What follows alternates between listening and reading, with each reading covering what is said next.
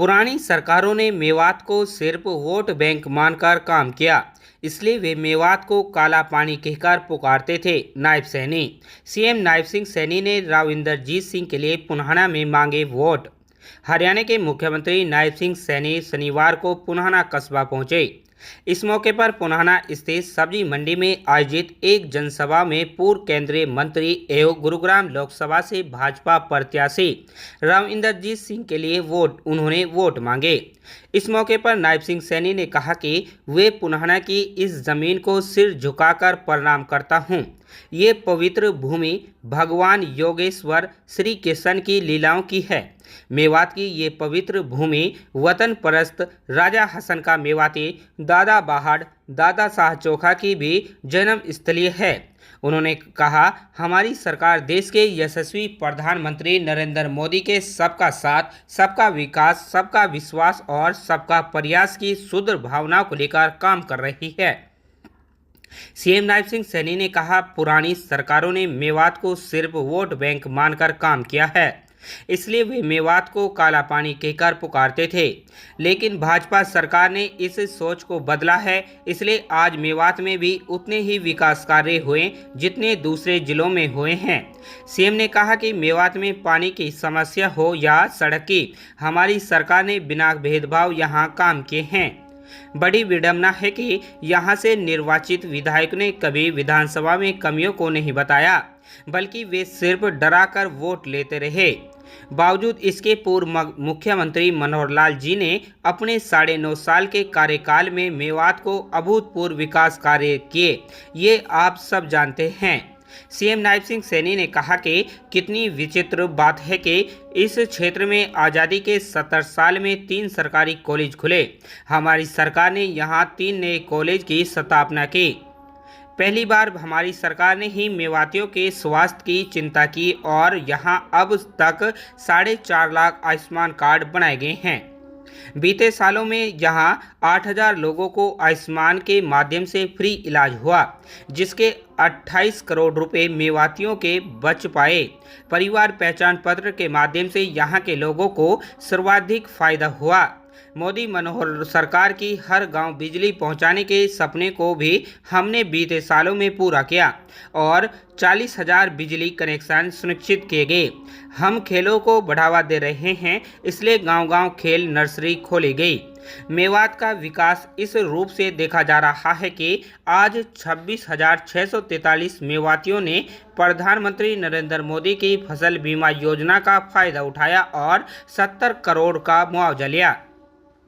प्रधानमंत्री नरेंद्र मोदी की किसान सम्मान निधि के अंतर्गत भी यहाँ के 60,000 किसान फायदा उठा रहे हैं। बीते महीने यहाँ के किसानों के खाते में 11.5 करोड़ रुपए की किस्त डाली गई। उन्होंने कहा, हमारी सरकार यहाँ पानी की कमी को पूरा करने के लिए कठिन विरुद्ध है। पुनाहना फिरोजपुर झिरका में रेन्यूअल का पानी 268 करोड़ रुपए की परियोजना से मिला है। इसी तरह नूह में नई रेन्यूअल योजना बनाई गई है। खबर हक टीवी के लिए तस्लीम अलवी के साथ यूनुस अलवी की रिपोर्ट। की प्रमुख सरदारी और इस अनाज सब्जी मंडी के इस प्रांगण में उपस्थित पुनाहना की सरदारी, आप सबको दोनों हाथ जोड़ करके मैं नमस्कार करता हूं, प्रणाम करता हूं। मेरा ये सौभाग्य है कि जब मैं जिला का प्रदेश का अध्यक्ष बना था तब मेवात में आने का मुझे अवसर मिला था और एक जबरदस्त जोश, एक जबरदस्त उत्साह वो मुझे मेवात के लोगों में लगा और आज मैं दोबारा देख रहा हूँ, आज जो उत्साह, जो जोश आज पुनाहना मेवात के अंदर दिखाई दे रहा है, इस बात ने सीधा स्पष्ट संकेत दे रखा है कि जब 25 मई को वोटिंग होगा, 4 जून को जब रिजल्ट आएगा और 405 सीटों के अंदर हमारा ये गुड़गांवा लोकसभा कमल का फूल लेकर के नरेंद्र मोदी जी के पास जाएगा। भाइयों, ये लोगों का उत्साह, जो जोश, ये बता रहा है, ये पुनाहना की भूमि, ये मेवात की भूमि पवित्र भूमि है, इसको मैं नमन करता हूँ। मुझे गर्व होता है आप लोगों को बताते हुए कि इस मेवात की इस पवित्र भूमि पर एक ऐसा वतन प्रस्त राजा हसन खां मेवाती जिसने इस पवित्र भूमि के ऊपर जन्म लिया, और मुझे ये बताते हुए एक गर्व भी हो रहा है कि ऐसे राजा हसन खां मेवाती जिसने मुगल शासक बाबर को कभी मात नहीं दी, अपने 12,000 मेवों के साथ मिलकर के उसको यहाँ से भगाने का काम अगर किसी ने किया वो राजा हसन खां मेवाती ऐसे वतन प्रस्त यहाँ के क्रांतिकारी भी जिन्होंने इस पवित्र भूमि के ऊपर जन्म लिया, उसके बारे में विचार भी नहीं किया। अगर किसी ने विचार किया तो वो मनोहर लाल जी थे।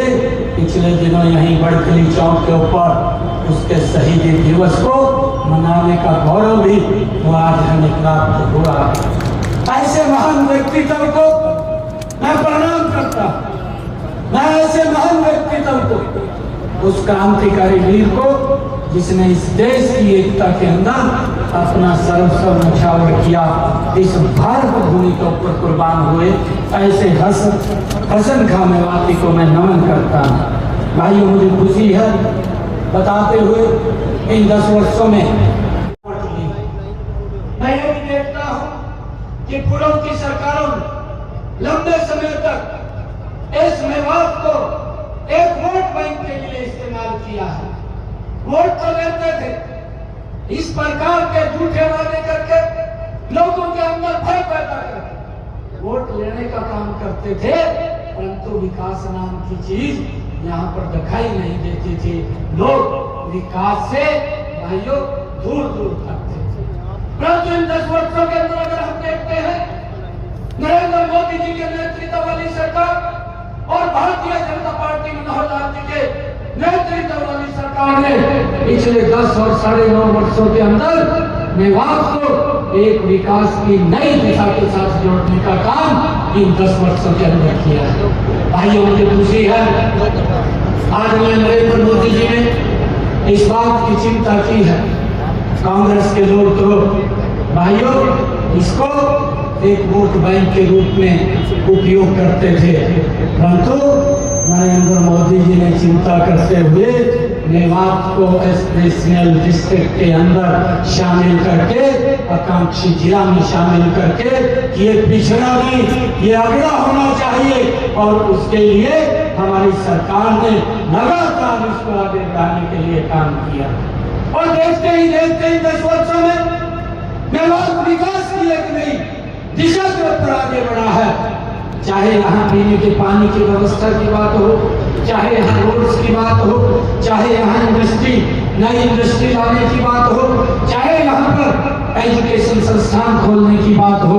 भाइयों, आप लोगों को मुझे बताते हुए ये बड़ा गर्व महसूस हो रहा है। इतने लंबे समय तक कांग्रेस सत्ता के अंदर रही और उसने यहाँ के लोगों को एक वोट बैंक के रूप में इस्तेमाल किया है। मैं देखता हूँ 2014 में जब भारतीय जनता पार्टी की सरकार बनी, भाइयों यहाँ पर मात्र लोगों के अंदर 22 स्कूल थे, 22 स्कूल मात्र थे, परंतु देखते ही 10 वर्षों के अंदर इस मेवात में भाइयों 117 स्कूल बच्चों को शिक्षा के साथ जोड़ने का काम इन 10 वर्षों के अंदर ये हमारी सरकार ने किया है। भाइयों, मुझे खुशी है कि आज मेवात में 48% ज्यादा वृद्धि एजुकेशन के अंदर ये नीति आयोग ने अपनी सर्वे की रिपोर्ट के अंदर स्पष्ट किया है कि मेवात जैसा पिछड़ा क्षेत्र उसको शिक्षा के अंदर अग्रणी करने का काम ये भारतीय जनता पार्टी नरेंद्र मोदी और भारतीय जनता पार्टी की डबल इंजन की सरकार ने किया है। भाइयों, ये सरकार काम करने वाली सरकार है। कांग्रेस ने तो झूठे नारे दे करके और लोगों को भड़का करके भाइयों वोट लेने का काम किया। मैं आप लोगों को बताना चाहता हूं कि ऐसे लोगों से हमें बचना चाहिए, ऐसे लोगों से दूसरे को भी बचाना चाहिए। ये लोग झूठ बोल करके वोट ले लेते हैं, फिर उनके हालात के ऊपर छोड़ देते हैं। अभी राहुल गांधी साहब दिल्ली में प्रेस कॉन्फ्रेंस करते हैं, एक झूठ पहले उसने राजस्थान के अंदर बोला था, जब पिछला 2000 पीछे विधानसभा का चुनाव चल रहा था, उस चुनाव के अंदर किसानों के बीच में जा करके एक जनसभा के मंच के ऊपर जा करके बोल दिया कि आप हमें वोट दो, हम कर्जा माफ करेंगे। भाइयों, किसी का कर्जा माफ नहीं हुआ और उसका दुष्परिणाम वो राजस्थान के किसानों को भुगतना पड़ा। आपके पड़ोस में है, आप सब इस बात को जानते हैं। भाइयों, जो उन्होंने झूठ बोला उसका दुष्परिणाम ये निकला कि 4,500 किसानों ने राजस्थान के अंदर आत्महत्याएं की और 16,500 किसानों की जमीन कुर्क कर दी गई। ये उनके झूठ का परिणाम निकला। परंतु उसकी एवज के अंदर नरेंद्र मोदी जी ने देश के किसानों को मजबूती की ओर ले जाते हुए प्रधानमंत्री किसान सम्मान निधि के माध्यम से 3.5 लाख करोड़ रुपया डायरेक्ट किसान के खाते के अंदर पहुंचाने का काम, उसको मजबूत करने का काम ये नरेंद्र मोदी की सरकार ने 10 वर्षों के अंदर किया है। भाई, कि अगर सरकार काम करने वाली कौन सी सरकार है? मुझे इस बात की खुशी है कि आदरणीय नरेंद्र मोदी जी ने आयुष्मान कार्ड जैसी योजना दी, व्यक्ति को 5 लाख रुपए का अधिकार दिया। और मुझे ये बताते हुए बड़ी खुशी हो रही है कि आज मेवात के अंदर लगभग जो आयुष्मान कार्ड और चिरायु कार्ड हमारी सरकार ने दिए हैं, इसके माध्यम से यहाँ पर लगभग जो कार्ड बने हैं, उन कार्ड के माध्यम से जिन लोगों ने इस योजना का लाभ उठाया है, लगभग 70 करोड़ रुपया उनके इलाज के लिए सरकार ने मेवात जिला के अंदर देने का काम किया है। भाइयों, ये अगर व्यवस्था कोई करता है, गरीब व्यक्ति को संबल देने का काम करता है। कांग्रेस के समय के अंदर भाइयों, व्यक्ति गरीबी रेखा के नीचे चला जाता था अगर उसको ये मालूम पड़ता था कि इसे कोई दुर्घटना में गंभीर बीमारी है, बीमारी के कारण वो गरीबी रेखा के नीचे चला जाता था। परंतु नरेंद्र मोदी जी ने आयुष्मान कार्ड और चिरायु कार्ड दे करके 26,643 लोगों को भाइयों इसका लाभ पहुंचाने का काम किया। यह खुशी है इस बात की कि व्यक्ति को मजबूती की तरफ ले जाने का काम, उसको गरीबी से बाहर निकालने का काम इन 10 वर्षों के अंदर ये नरेंद्र मोदी की सरकार ने किया है। भाइयों, और उसके साथ साथ किसानों को भी उनकी फसल का मुआवजा देने का काम भी हमारी सरकार ने एक बड़े दर्जे के ऊपर आकर के किसानों तक पहुंचाने का काम किया है। भाइयों, हम आप लोगों से मैं ये अपील करने के लिए आया हूँ कि आइए मिल करके यहाँ से राव इंद्रजीत सिंह जी, जिनको आदरणीय नरेंद्र मोदी जी ने कमल का फूल दे करके आपके बीच में आप सबका आशीर्वाद लेने के लिए भेजा है। मेरे आप लोगों से आग्रह है कि इस विकास की गति को भारतीय जनता पार्टी रुकने नहीं देगी।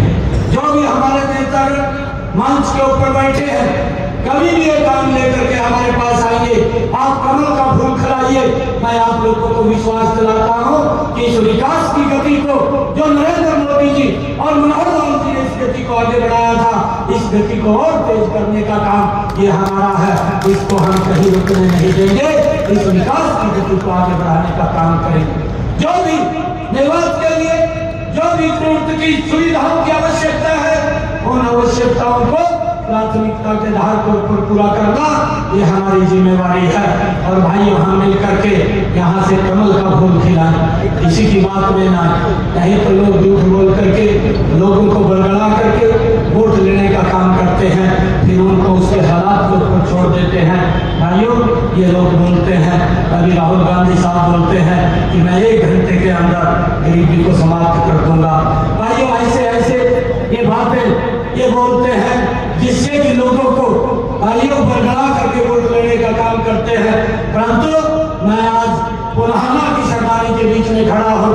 एक बात उनको कहता हूँ कि आपकी दादी 1970 के दशक में उसने एक बात कही थी कि मैं गरीबी हटाऊंगी, गरीबी हटाओ का नारा दिया था, परंतु आज तक गरीबी नहीं हटी।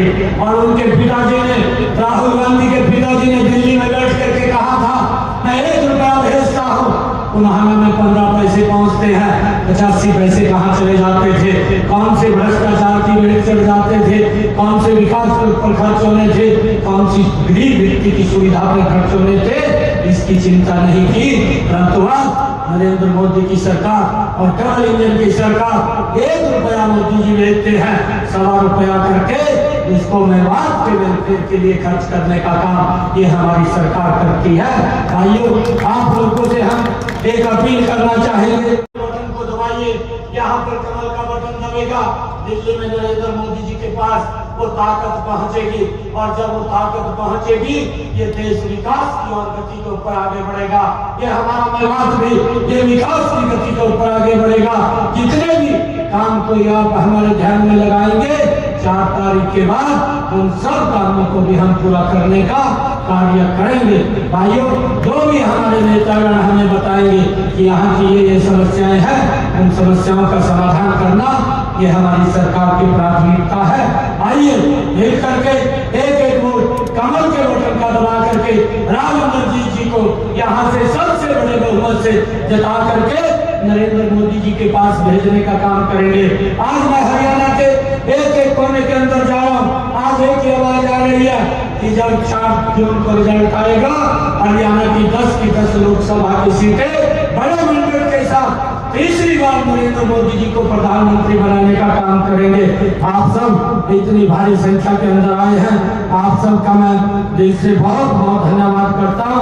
एक जोरदार जयकारे के साथ भारत माता के वंदे वंदे, नरेंद्र मोदी, बहुत बहुत धन्यवाद। भरोसे का YouTube चैनल और सच्ची खबरें देखने के लिए हमारे खबर हक टीवी को सब्सक्राइब, लाइक और शेयर जरूर करें। और हाँ, सबसे पहले खबरें पाने के लिए बेल आइकन दबाना बिल्कुल भी ना भूलें।